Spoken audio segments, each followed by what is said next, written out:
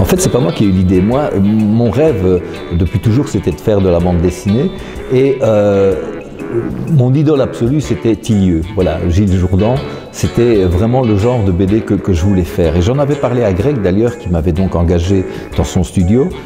Et à peu près un an après, même pas 9 ou 10 mois après être entré dans le studio, Greg s'est amené un jour en me racontant cette histoire de poulet touffu, de rasibus, de tarte mal cuite, enfin un monde complètement onirique à la Lewis Carroll comme ça. Et c'était vraiment très éloigné de ce que j'avais envie de faire, mais j'ai été immédiatement séduit par cette proposition. Et très vite, je me suis approprié cet univers qui est devenu ma maison. D'ailleurs, encore maintenant, même si je fais énormément d'infidélité à Olivier Rameau, et parfois pendant très longtemps, chaque fois que je redessine Olivier Rameau pour des illustrations, pour un nouvel album ou un truc comme ça, je reviens chez moi, mais en retrouvant mes marques pratiquement immédiatement. Je n'ai aucun souci, je ne dois pas rechercher les personnages, etc. Ils reviennent tout naturellement dans la main. Donc c'est vraiment très agréable. C'est un peu comme si je rentrais chez moi. C'est certainement la série qui me ressemble le plus.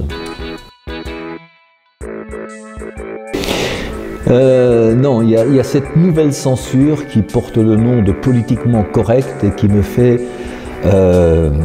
bon, je ne vais pas employer le terme parce que c'est pas politiquement correct, mais franchement, je trouve ça absolument honteux. On ne peut plus rien dire, on ne peut plus rire ni de personne, ni de rien. Tout est politiquement incorrect maintenant. Dès qu'on dit un mot sur telle ou telle confrérie, telle ou telle race ou tel personnage, automatiquement, on a des procès, etc. C'est absolument épouvantable. Et cette censure qui concerne la violence ou le sexe ou un truc comme ça s'exercerait certainement, en ce qui concerne le sexe en tout cas, sur mes albums coquins. Alors que ce n'est pas du tout ça. Ce sont des albums, il existe une BDX, etc., certaines sont d'ailleurs très bien faites, mais c'est pas le propos. Mais mes albums coquins, c'est pas des albums à lire d'une main par des vieux vicieux. Je veux dire, c'est pas ça du tout. C'est des albums pour rigoler d'abord. Et donc, la meilleure preuve, c'est que j'ai un public féminin très important qui adore ces albums-là. Et quand elles passent outre, je l'admets, le côté un peu racoleur des couvertures, etc., elles se rendent compte que ce sont des albums pour rire, pour rigoler. Et la meilleure preuve aussi, c'est que elles se rendent compte très vite que ce ne sont pas les blondes à forte poitrine, etc. Ce sont des clichés, ce sont des bimbos, mais on joue avec ça. Qui sont les plus ridicules? Ce sont les mecs qui sont les ridicules à 80-90% du temps dans ces albums. Donc voilà, ces albums-là, je les revendique complètement et je crois qu'actuellement, j'aurais peut-être certaines difficultés à les présenter dans les grandes surfaces, par exemple, à cause de ce foutu politiquement correct qui m'énerve au plus haut point.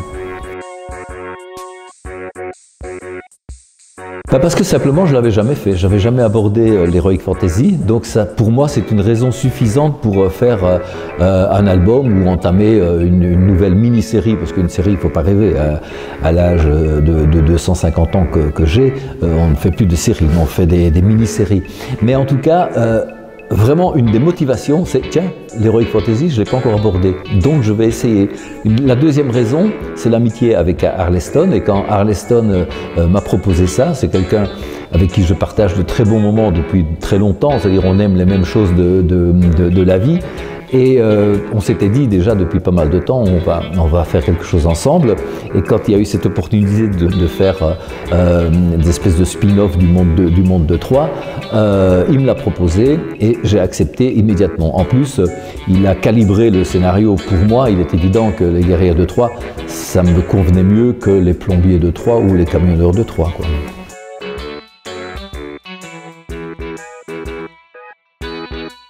En fait, je ne possède pas encore très bien l'outil Photoshop, enfin l'ordi. Et Mourier est devenu très rapidement un cadre dans le domaine. Et donc, moi, je travaille de manière traditionnelle, c'est-à-dire c'est même de la couleur directe, hein, c'est même pas des coloriages qui sont faits à l'ordi, etc. Toutes mes planches, du rough jusqu'à la couleur, c'est fait, je vais dire, à l'ancienne, avec des pinceaux, des couleurs, voilà, des trucs comme ça. Mais par contre, je manie de mieux en mieux l'outil informatique, et donc, quand j'ai terminé ma planche, je la scanne, et j'ajoute ce que j'appelle des effets spéciaux, c'est-à-dire, par exemple, toutes les erreurs, etc. Avant, il fallait un temps fou pour corriger une erreur, et encore ça se voyait. Maintenant, en 2 clics, paf, on corrige une tâche dans un ciel ou un truc comme ça, ça ne se voit absolument pas. En plus, on peut ajouter des effets comme par exemple créer une profondeur en estompant les arrière-plans par rapport à l'avant-plan, ou bien en créant des lumières différentes, des ambiances différentes. On peut très bien avoir une ambiance beaucoup plus rougeoyante, par exemple, fin de journée ou un truc comme ça, alors que c'était pas prévu au départ.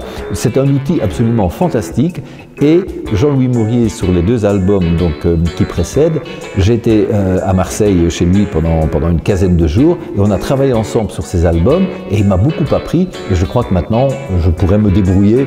Je ne suis pas aussi fort que lui, mais je pourrais me débrouiller sans lui. Voilà. Et c'est pour ça que j'ai tenu à le créditer dans les albums. Et voilà, il revendique, je revendique pour lui les effets spéciaux, c'est-à-dire surtout des effets de lumière, etc. Dans ces 2 albums. C'est plus que des projets, je signe des contrats.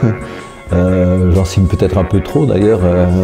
En matière de blague, on a déjà dit souvent que mes éditeurs auraient intérêt à publier mes contrats parce que j'en signe plus que de planches. Mais plus sérieusement, je viens de signer avec Yann au scénario un spin-off de Spirou et Fantasio. Donc vous voyez, encore une fois, très différent de ce que je viens de faire, très différent des Guerrières de Troie.